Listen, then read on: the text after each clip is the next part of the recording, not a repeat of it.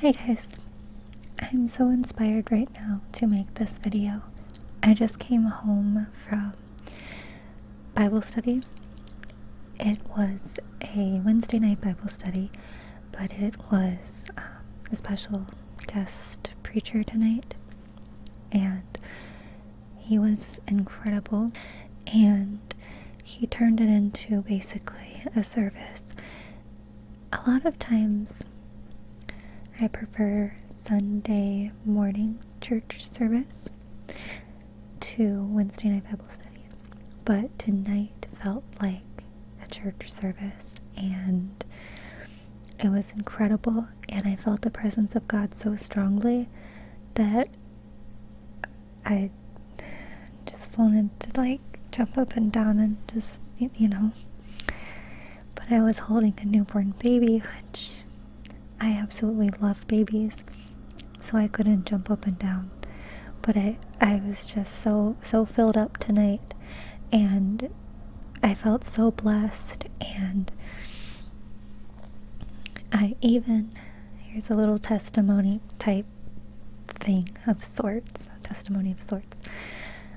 there's somebody in my life who I look up to, and I was thinking about her today. I think about her all the time, but I thought, I've never told her how I feel about her, and I wonder if I ever will. And I thought, if she thought a way about me and didn't tell me, but told other people, I would be missing out. It wouldn't benefit me, because I wouldn't know how she felt.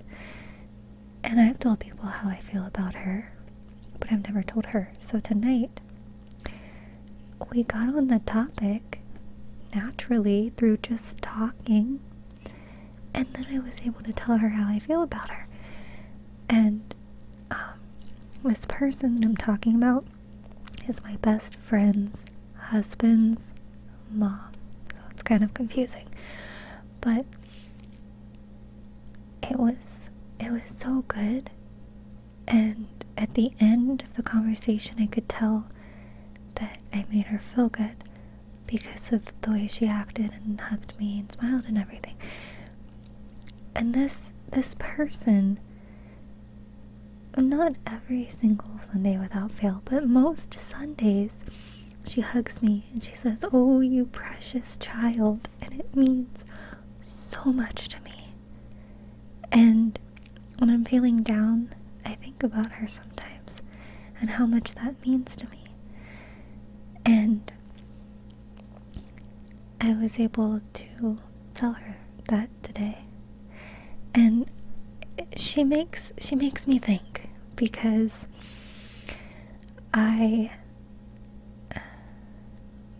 sometimes I'm thinking about myself. Let's be honest. I walk into church, I'm thinking about how I don't feel well, and this and that, and I don't think about hugging people all the time and telling them nice things all the time. Sometimes I just feel like sitting there and being tired, I don't want to give the wrong impression. I usually hug somebody, I'm not a loner walking in there, but this woman always does that, and it's so selfless, and it's so loving, and it really makes a difference in my life. And all it is a hug and those wonderful words, and she says, "Oh, you precious child," it just means so much to me. It really does. So she inspires me to just love on people. Also,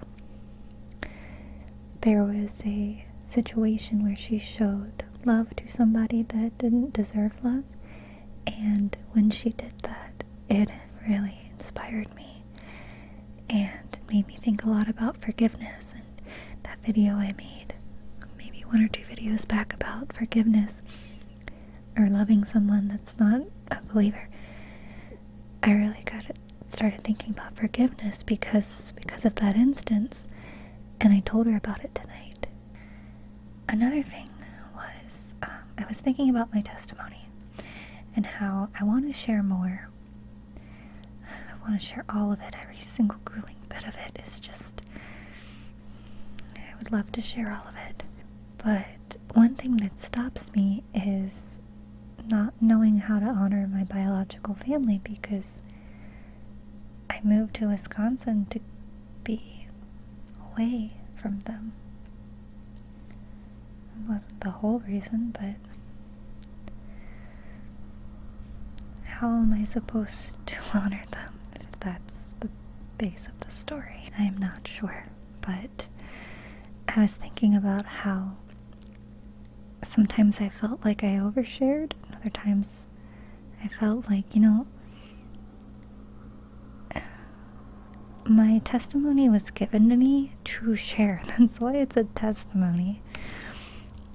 And if I don't share it, then I went through all of that for nothing. It's not about me. It's about what people can learn and grow from and take from my experiences. Our testimonies are not about us. They're just not. So that's another thing. And then tonight, when I went to the young adult group, I really need to figure out what they're called. Anyways, when I hung out with them after Bible study, it was about testimonies. Duh. Because everything just always follows suit like that. Just everything kind of goes together for some reason. And this girl gave her testimony, and it was really good, and it made me emotional and made her cry and another girl cry. And one thing she said was, if we don't pray for them, who will?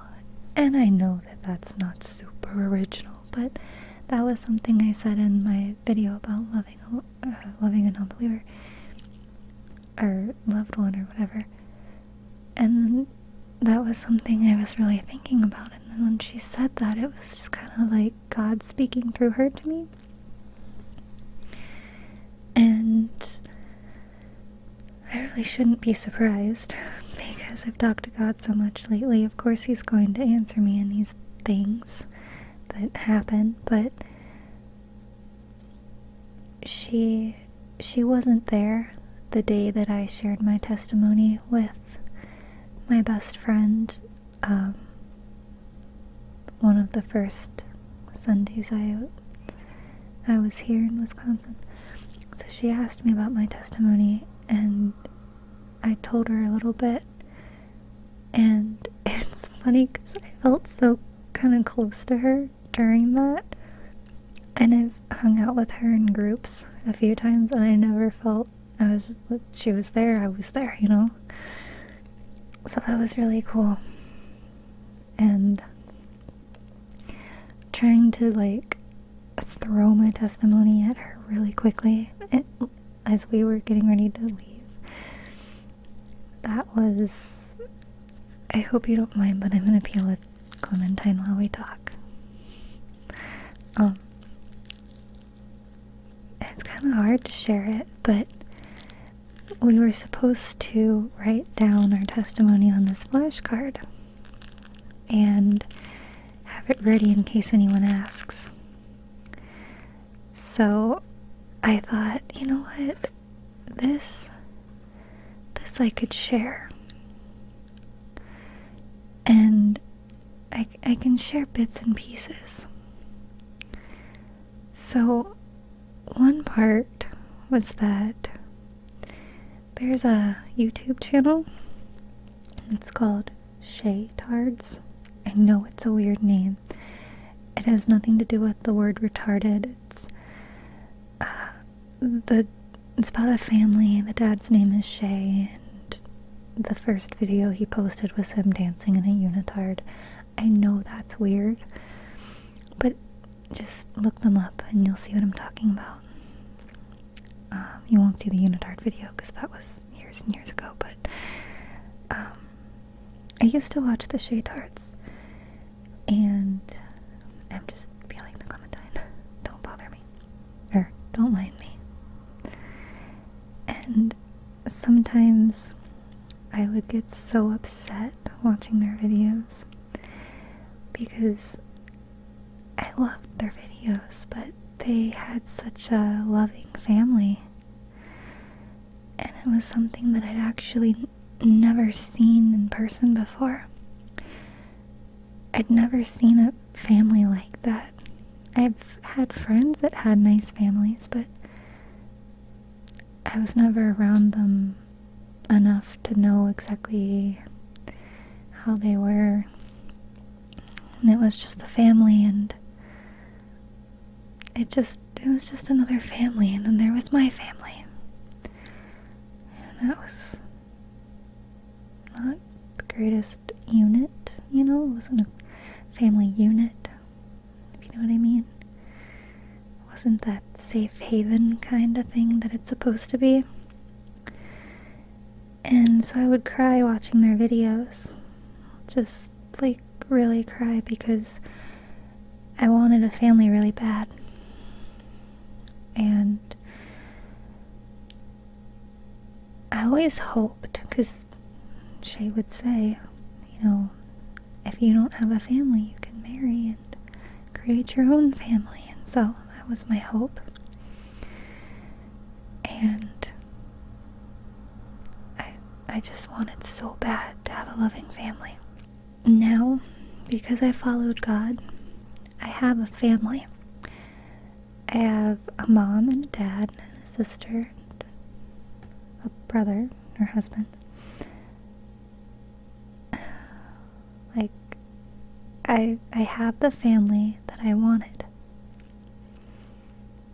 Which blows my little mind to pieces, because I remember watching those videos and crying, just so upset that I didn't have a loving family. And now I have one. It's absolutely insane. And the very first act of obedience was a breakup. The breakup was super hard because this person was kind of my refuge, you know? Because whenever anything would go nuts, which it did like every day, I would go to him. And he was so sweet and would console me, you know, tell me it's okay, like, we'll have our own family and it'll be loving, you know, whatever. And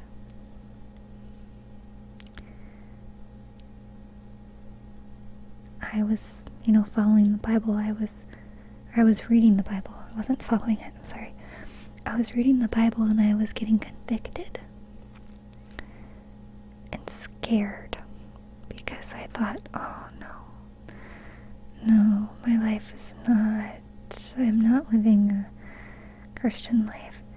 And I would bring things to him and I would say, I'm afraid if I die, I'm gonna go to hell. I read this in the Bible and I don't know. And I said, are you worried about that? He'd say no, he wasn't. And so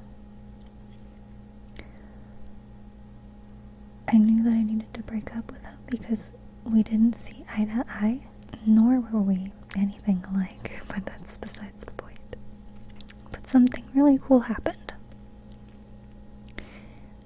I told him about the Holy Ghost and how my best friend had told me that there's such a thing as praying in tongues and that it scared me and I didn't want it and I didn't want him to ever have it because that would scare me, and he agreed.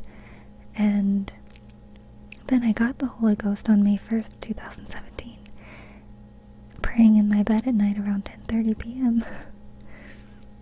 And that was less than a month after we broke up, and we didn't talk since the day we broke up. And months went by and I kept dreaming about him and dreaming that I told him I got the Holy Ghost and it's not scary.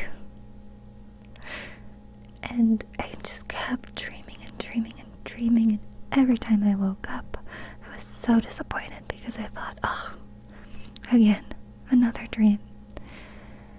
Well, after I got moved here, I think it was September or October, one of those 2 months. I moved here in September. Well, he called me, and I didn't answer the phone because I thought, oh my goodness. And we hadn't talked since April when we broke up, and so I talked to my friend and I said, should I call him back? And she said, well, do you want to? And I said, I just really want to tell him this, and this. And so I texted him, and he told me, well, if I called you, it was by accident, and I'm sorry. And I thought, oh. So then I said, well, that's okay. I just wanted to tell you. And I told him about the Holy Ghost and just all of these things that I had been wanting to tell him that had happened and things. And he told me I could call him, and if I didn't want to talk, let him know, and he would just respond to the text with another text instead of, responding on the phone. And so I said, oh, no, I'll call you. So I called him, and this was the last time I talked to him, back in September, October, I don't remember. But he told me that because he trusted me more than he trusted anybody, he believed me about the Holy Ghost. Because I told him about the Holy Ghost, and it's like, I believe you. That's really awesome. He told me that it felt like it happened to him because it happened to me, and what he meant by that was he felt like because he knew me so well, it made tongues more personal to him. He knew that I wasn't crazy, therefore it's real and it's not crazy. And I don't know if he ever got the Holy Ghost. I don't know about things, but he's definitely someone I pray for. So that was really cool. And I'm so, it sounds kind of rude, but I'm so glad we broke up, because if we hadn't have broken up, then none of this, I wouldn't have any of this. Every single thing I have right now, sometimes I say it all happened because I wanted to get baptized, but honestly, it was even before then. It all happened because I chose to break up with my God, my refuge, and followed the one true God, the God that could be everything I needed. So there's a little bit of my testimony for you. Alrighty, I'm gonna go eat this clementine now. I hope you guys have sweet dreams.